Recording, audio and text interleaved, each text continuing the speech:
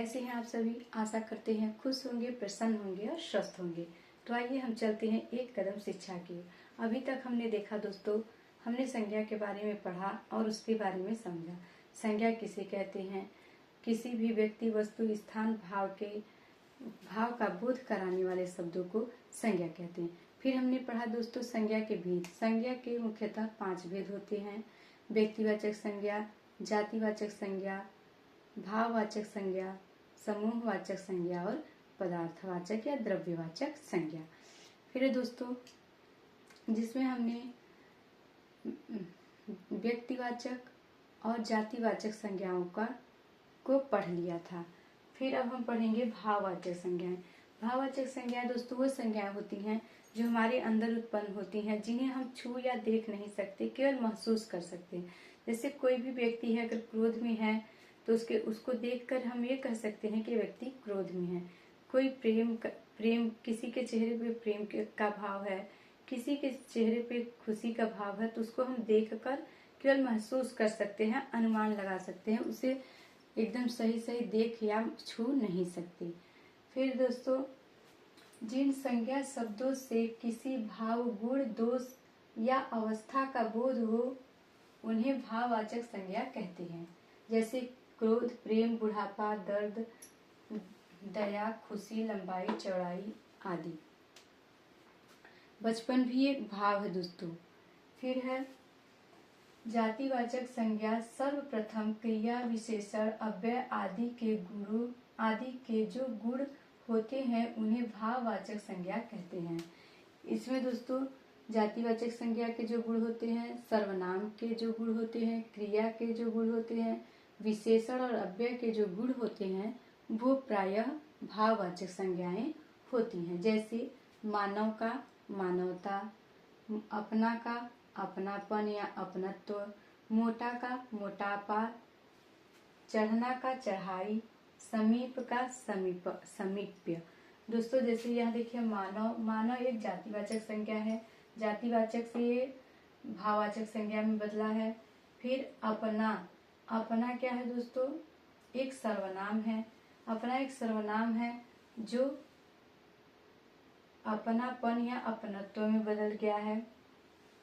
फिर है मोटा एक विशेषण है दोस्तों। वो कैसा है? मोटा है, काला है, गोरा है, वगैरह वगैरह, वो एक विशेषण है। फिर दोस्तों चढ़ाई एक क्रिया होती है। जैसे किसी काम को करना, कहीं जाना, वो क्या हो गया? एक क्रिया हो गया। फिर दोस्तों समीप का होगा समीप्य। समीप दोस्तों ये एक अव्यय है दोस्तों। समीप का होता है समीप्य। ठीक है दोस्तों। फिर समूहवाचक संज्ञा किसे कहते हैं दोस्तों? जो एक समूह का हमें ज्ञान कराए, जो एक समूह के बारे में हमें बताए। जैसे दोस्तों सेना का एक समूह हो गया, कक्षा हो गया, ये एक भीड़ हो गई। ये सब क्या है? एक समूह का ज्ञान कराता है। जैसे दोस्तों वे शब्द जो किसी एक ही प्रकार के व्यक्तियों, वस्तुओं या प्राणियों के समूह या संग्रह का बोध कराते हैं उन्हें समूहवाचक संज्ञा कहते हैं। जैसे भीड़, सभा, कक्षा, सेना। इसे हम पुस्तक भी कह सकते हैं, जो कई प्रकार के पुस्तक हो सकते हैं। भीड़ में देखिए कई प्रकार के लोग हो सकते हैं। फिर उसके बाद सेना में भी कई प्रकार के लोग होते हैं, सब एक जैसे नहीं होते, सबके गुण एक जैसे। समूहवाचक संज्ञा का प्रयोग बहुवचन की तरह न होकर एक वचन की तरह होता है। जैसे सेना जा रही है, हम कहते हैं सेना जा रही है, सेना जा रहे हैं नहीं कहते हैं, क्योंकि वो बहुवचन का प्रयोग हो जाएगा। भारतीय सेना बहुत बहादुर है। मेरे परिवार में 6 लोग हैं। अंगूरों का गुच्छा बहुत मीठा है। इस सब में बहुवचन का प्रयोग नहीं किया गया है, क्योंकि ये भाववाचक संज्ञाएं हैं।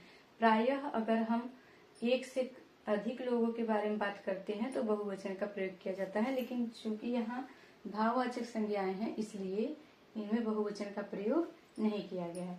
फिर दोस्तों द्रव्यवाचक संज्ञा, वह संज्ञा जिसे मापा तौला जा सकता है उसे द्रव्यवाचक संज्ञा कहते हैं। जैसे फल, सब्जियां, सोना, लोहा, जमीन, कपड़ा आदि। दोस्तों हम जिसको नाप तौल सकते हैं वो वो द्रव्यवाचक संज्ञा हो जाती है।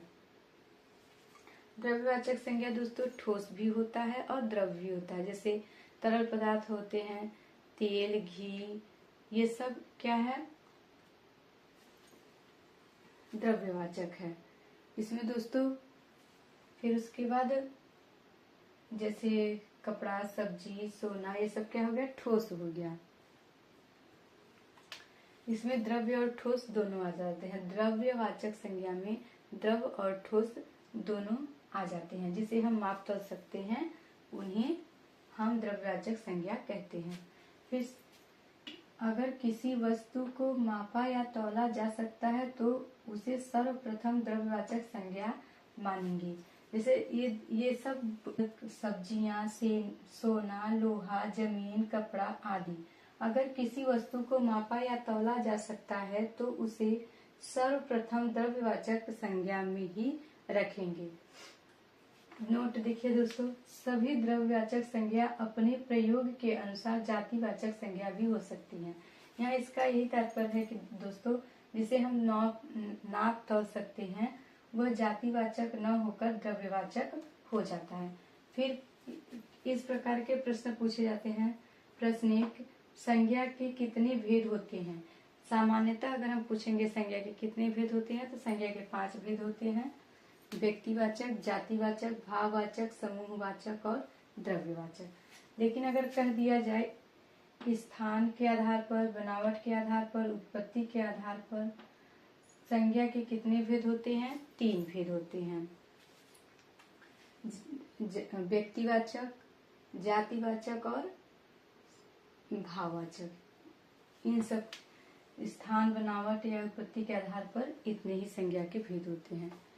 तो ये हमारी संज्ञा कंप्लीट हो गई दोस्तों। आपको हमारे द्वारा दी गई जानकारी कैसी लगी? अगर अच्छी लगी हो तो एक लाइक, शेयर, सब्सक्राइब जरूर करें। धन्यवाद।